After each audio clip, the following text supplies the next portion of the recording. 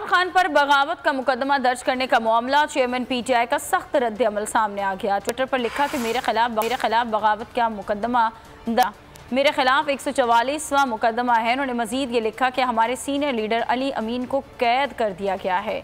इन सब का मकसद महज हमारी पार्टी की इलेक्शन लड़ने की सलाहियत को कमज़ोर करने की कोशिश है। ये सब लंदन प्लान का हिस्सा है, जिसमें नवाज शरीफ को ये यकीन दहानी कराई गई थी कि पीटीआई को इलेक्शन से पहले जाली केसेस और इसकी क़यादत को कैद करके कुचल दिया जाएगा। तो नजर आ रहा है सामने लिखा हुआ है जुल्म मिटने के लिए दो चीजों से मिटेगा भाई। एक, अदल की कुर्सी पे जो लोग बैठते हैं ना, वो अदल के हिसाब से फैसले करने लगे।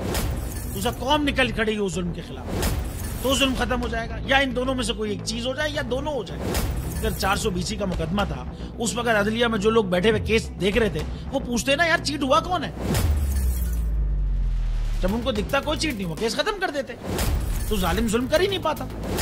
9 जजेस ने नोट बिफोर किया मेरे केस को यार, 1.5 साल चला। शख्सी जमानत का केस, सेम केस इस्लामाबाद में कर दिया। एक ही इल्जाम पे 2 केस हो नहीं सकते भाई।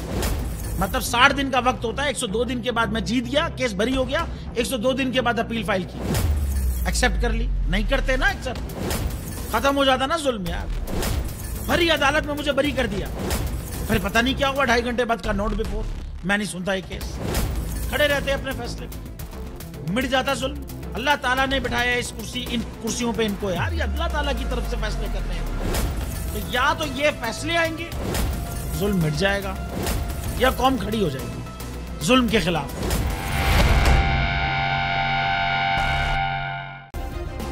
सब्सक्राइब करें और बेल दबाएं ताकि कोई खबर रह न जाए।